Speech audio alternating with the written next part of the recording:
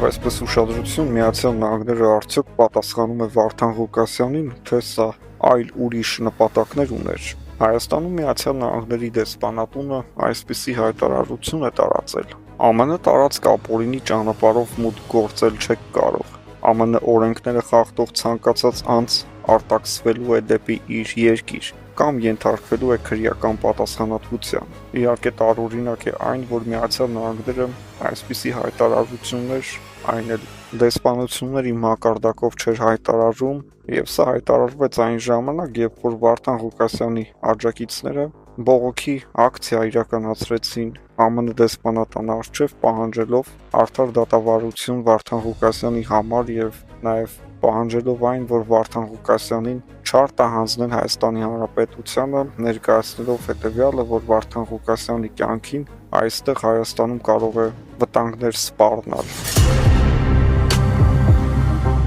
Եվ այդ բողոքի ակցիայից հետո նման հայտարարություն Միացյալ Նահանգների դեսպանատան կողմից չկա որևէ իհարկե ապացույց փաստ, որ սա վերաբերվում է Վարդան Ղուկասյանին, բայց կան համընկնումներ եւ ենթադրություններ։ Եթե այդ հայտարարությունը արվել է Վարդան Ղուկասյանի աջակիցների ակցիային ի պատասխան, ուրեմն Միացյալ Նահանգները շատ կոպիտ է պատասխանել Վարդան Ղուկասյանին եւ այսօրվա Ամերիկայի վարչակազմը Վարդան Ղուկասյանի շահերի դեմ է տրամադրված եւ նա ընդհանուր առմամբ հետաքրքրված չէ, թե Վարդան Ղուկասյանին հետևում է 10 հոգի, թե 100,000 հոգի, թե միլիոնավոր մարդիկ, սա էականորեն այսօրվա վարչակազմին ընդհանրապես հետաքրքիր չէ։ Իրենց համար հետաքրքիր է այն է, որ Թրամփի խոստումները կատարվի եւ մարդիկ, ովքեր որ անօրինական են մուտք գործել Միացյալ Նահանգներ, նրանք արտահանձնվեն իրենց երկրներ։ Անօրինական մուտքի համար Վարդան Ղուկասյանին ձերբակալել են, բայց հենց ինքը Վարդան Ղուկասյանը պնդել էր, որ ինքը անօրինական մուտք չի գործել, այսինքն հանձնվել է պետությանը, ինչպես բոլոր հայերը եւ այլ ազգություններ, որոնք եկել են Ամերիկա, ստացել է ապրելու եւ աշխատելու իրավունք, կարողացել է ձեռք բերել մեքենա եւ այդ ամեն ինչից հետո զարմանալի է, թե որտեղ է այդ անօրինականությունը տեսել պետությունը։ Միևնույն ժամանակ ուզում ենք նշել, որ Ամերիկան դեռևս շարունակում է ունենալ արդար դատավարություն եւ Վարդան Ղուկասյանի մեղավոր թե անմեղ լինելը դա միայն որոշելու է դատարանը։ Դա հանրության որոշելիքը չէ, դա այսպես ասած ապացույցների, դրանց քննության եւ Միացյալ Նահանգների օրենքների թելադրանքն է, որը դատավորը վերածելու է արդար դատական վճռի եւ ըստ էության դատավորի համար Ամերիկայի վարչակազմը կապ չունի, Վարդան Ղուկասյանի հետևորդների թիվը կապ չունի, եթե նա անմեղ է, անմեղացվելու է, ճանաչվելու է անմեղ, եթե մեղավոր է, ճանաչվելու է մեղավոր։ Շարունակելով արտաքսումների թեման, պետք է նշենք, որ Թրամփի վարչակազմը հայտարարել է, որ իրենք պատրաստվում են միլիոնավոր մարդկանց արտաքսել իրենց երկրներ։ Թրամփը հանել է ոսկե քարտը, որը տալիս է բնակության իրավունք Միացյալ Նահանգներում, գրին քարտից մի քիչ առավել, բայց գրեթե նույնը, որը արժի $5 միլիոն,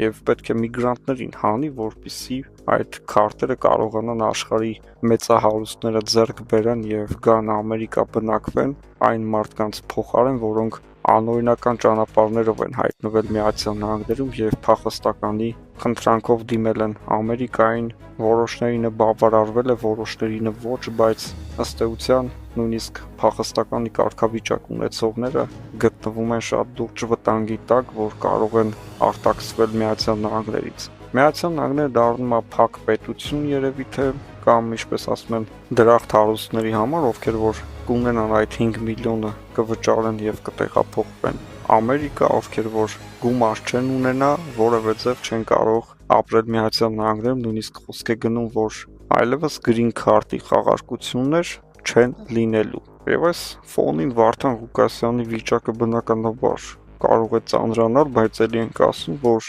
դատավորները չեն նայում իշխանությունը Թրամփն է, Հայաստանը ինչ է պահանջել կամ Վարդան Ղուկասյանը քանի հետևորդ ունի։ Իրանց համար գլխավորը օրենքն է, մենք հույս ունենք իհարկե, որ դա այդպես է, եւ օրենքով իրենք որոշելու են։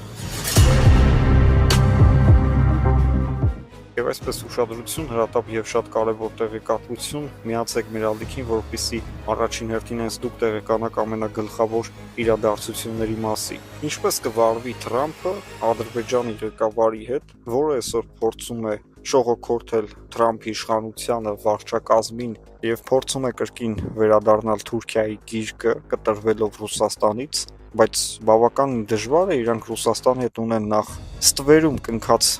պայմանագրեր, պայմանավորվածություններ եւ նաեւ թափանցիկ կնքված պայմանագրեր, որոնք բավականին լուրջ պայմանագրեր են տնտեսական եւ ռազմական նշանակություն ունեցող, որից կտրուկ հրաժարվելը կբերի իհարկե Ռուսաստանի Դաշնության կողմից Ադրբեջանի հանդեպ ատելության, միգուցե նաեւ ինչ-որ հարվածների, բայց Ալիև ասում է, թե Թրամփը եկել է, պետք է տեղավորվեն Թրամփի թևի տակ Թուրքիայի հետ միասին, որպեսզի տարածաշրջանում, երբ որ Ռուսաստանի դիրքերը կթուլանան եւ Ամերիկան իր հզորությունը ցույց կտա ամբողջ աշխարհին, ես կլինեմ ուժեղ կողմի կողմից։ Թրամփը հանձնելու է Ռուսաստանին այն տարածքները, որը պատկանում է Ռուսաստանին։ Խոսքը իշխանության տարածքների մասն է, ոչ թե ռուսական սահմանների, այսինքն Ռուսաստանը վերահսկողություն ունի Ադրբեջանի նկատմամբ, Բելարուսի նկատմամբ, Ղազախստանի, Ղրղստանի եւ այլն նման պետությունների նկատմամբ, դե Հայաստանի հանդեպ արդեն 7-8 տարի Ռուսաստանը կորցրել է իր վերահսկողությունը եւ Հայաստանի մասին խոսք չկա։